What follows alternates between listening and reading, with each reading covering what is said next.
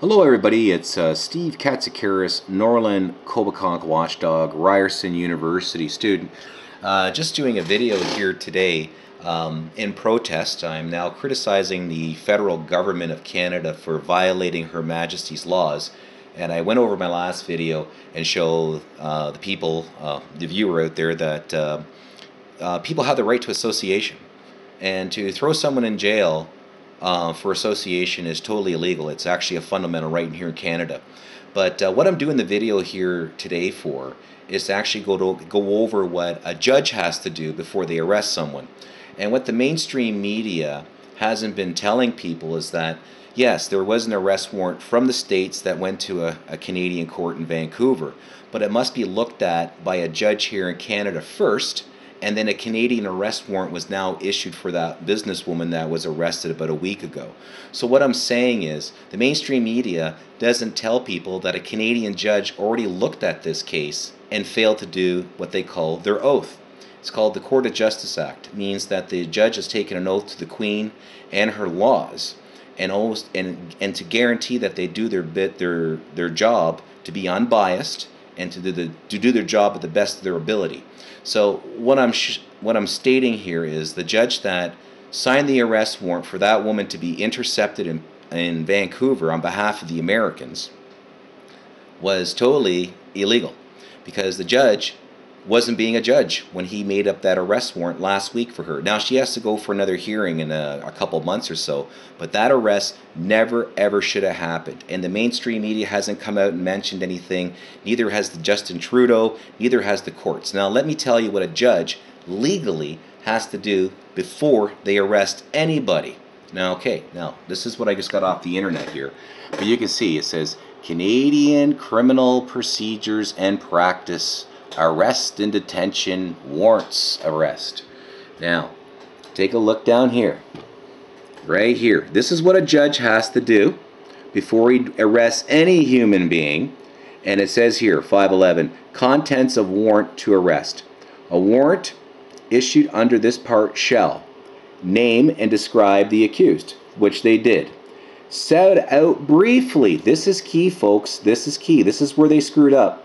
Set out briefly the offense, which they have not done. They haven't even said what she's been charged with, in respect of which the accused is charged.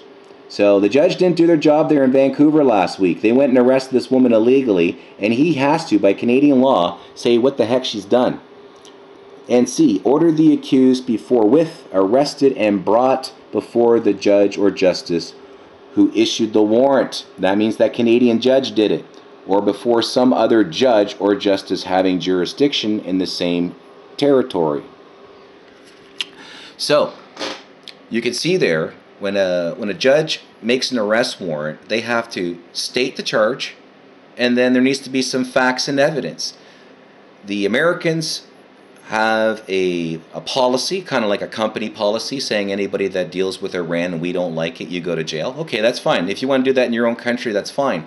But where the Canadian government is out of bounds is that they took that arrest warrant in Vancouver a week ago, put it before a Canadian judge, true north, strong and free, and that judge failed to follow their oath under the Court of Justice Act. I believe it may be Section 80 of the Court of Justice Act, if you want to go take a look.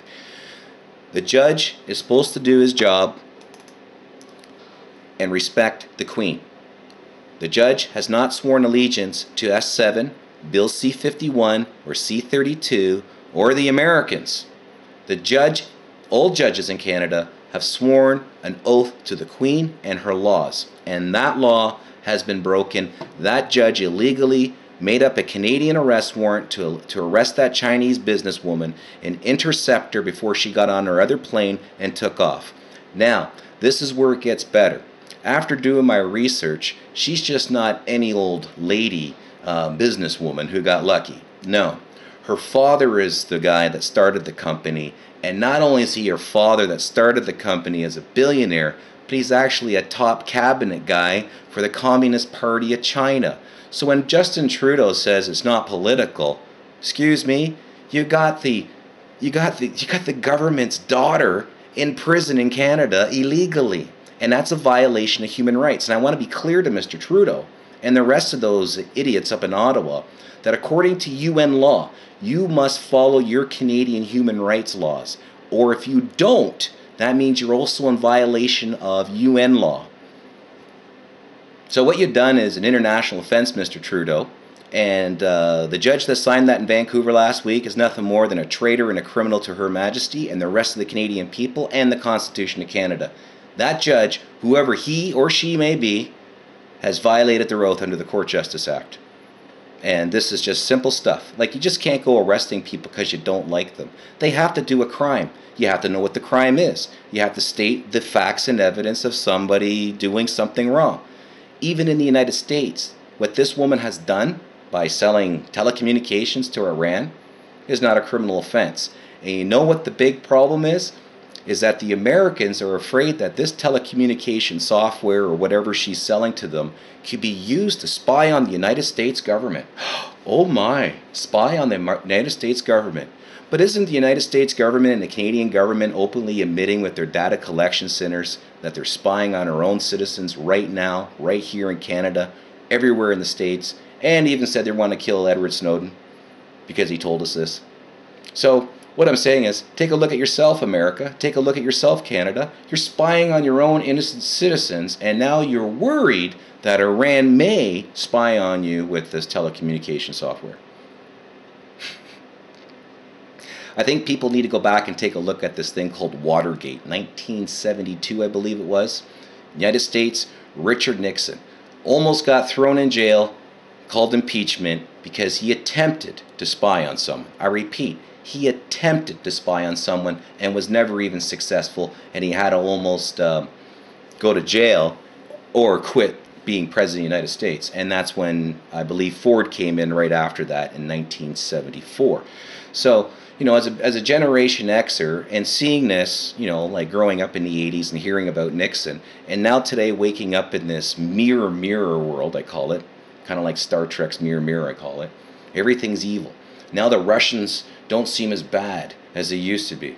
Now our government is the most scariest thing out there, with the United States government grabbing people and throwing them in jail just because they don't agree with them. So anyways, I had my 2 cents today. I'm a proud Canadian citizen and a proud loyalist to Her Majesty Queen Elizabeth II. I will defend her laws and her honor, and now I have the right, under a guarantee, of freedom of thought, belief, and expression under fundamental rights of Canada. And I'm putting this up. I'm just disgusted what our country has done. I'm disgusted with the Canadian justice system. And at the end of the day, this is not good business. This is bad business, using people like this like pawns. So anyways, I'm putting this up on the internet. And you can see here it's Canadian Criminal Procedures Practice, Arrest and Detention for Judges.